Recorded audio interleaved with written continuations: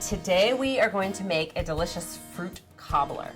Now, fruit cobblers are a lot like fruit crisps. There are two parts. There's a filling and there's a topping.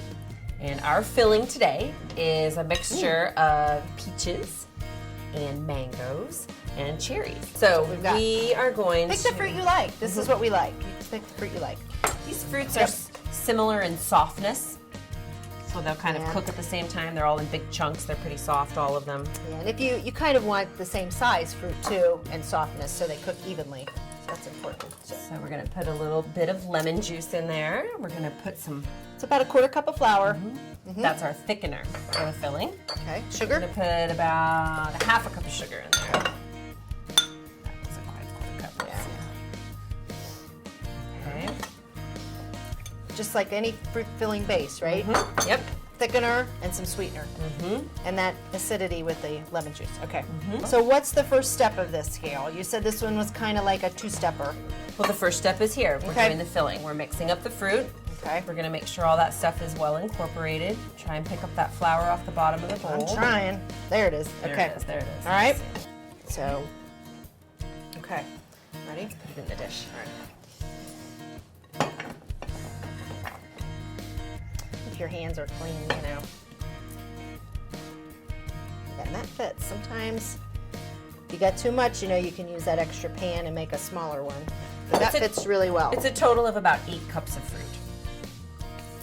Okay. All right, and this goes in the oven for how long? This is going to go into a 350-degree oven for about a ½ an hour. We're going to add the biscuits, the topping, which is part 2. We're going to add that later. Okay, why does this have to cook first, unlike a crisp? Because the biscuits don't take as long to cook, and they cook at a different temperature than the fruit. Okay. Yeah. Good answer. Okay, we're going to put this in the oven. Cobbler topping is basically a biscuit topping. So if you have a biscuit recipe that you like, you can use that one. But today we're going to use 3 cups of all-purpose flour. Just drop some butter on the floor. Oh, great. We won't use that one. A couple tablespoons of sugar. I'll grab some more. A teaspoon and a half of salt. A tablespoon of baking powder. Mix it up. Oops.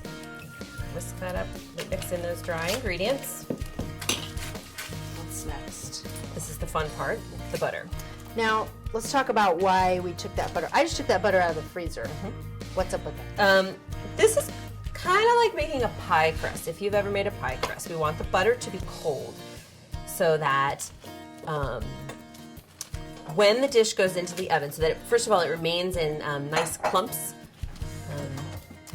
in the biscuit dough. And what happens with those nice hard clumps is when they melt when you bake it, it makes the biscuit really flaky.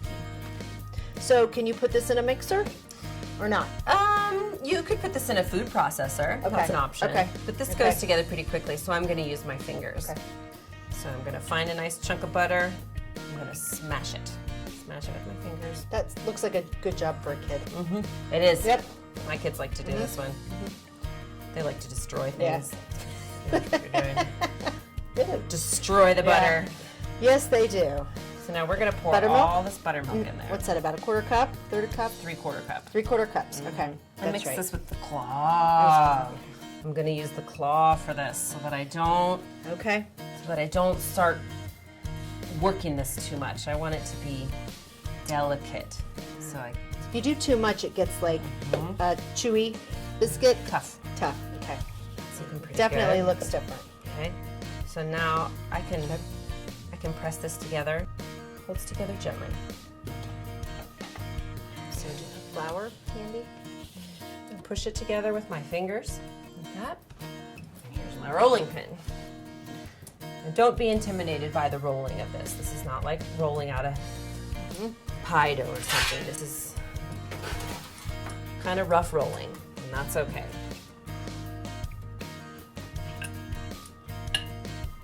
So I kind of start from the center and then I roll out. And I know they always, you can even actually measure it, but you're kind of eyeballing it to be about what, 1/4 inch?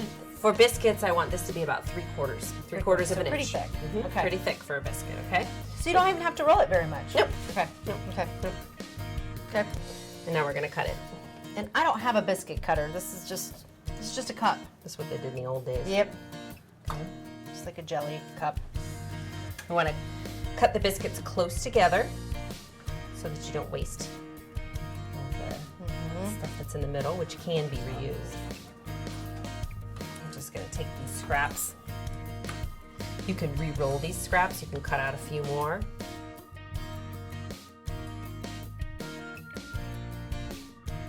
So now what we're going to do, you don't have to do this step. It makes the biscuits brown really nicely. A little bit of sugar on top of that. And that's just heavy cream, right? Yep. Okay. And these biscuits, I mean, I've had them. They're not sweet at all. Sometimes when you go to restaurants, biscuits are really sweet. We're going to put these in the refrigerator until our fruit is ready. Okay. The next step is to get the fruit out of the oven. I'll do that. So it's just gotten warmed enough because you need a higher temperature for the biscuits, right? That's right. Okay. The fruit's going to take about an hour to cook at a medium temperature, and the biscuits take 20 to 25 minutes at a higher temperature. So if you put all this at the same time like a crisp, something is not going to be cooked correctly. That's right. Okay. That's what I thought. Okay. Okay. Yeah, and you can tell, and that was frozen, you can tell it's definitely starting to get that syrup in there. Nice. Okay. Nice. That's a lot of biscuits. Can we shove them all on there, like, and have extra? We'll have some extras. I don't know if we're going to Not get enough? them all on there. Okay. We're just going to lay these guys on there. Touch them or not? Yeah, it's fine. Okay. Leave a little, I like to leave a little space. Because these will fluff up a little bit. Sometimes I don't feel like cutting them, and I just take that biscuit dough and I just break it up. Can I drop do that? it. Can I do that? Yep. Yeah. It's a nice use for the scraps Fill too. it in. Mm-hmm.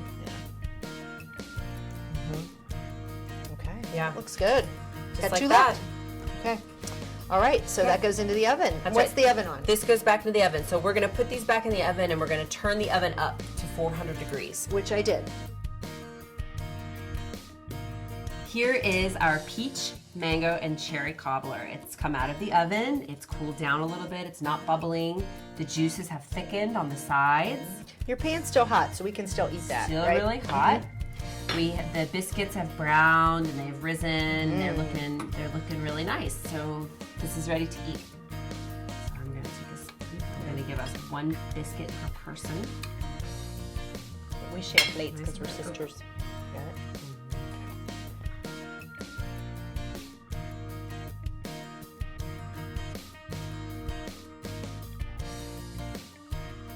Somebody took my spoon. That's okay.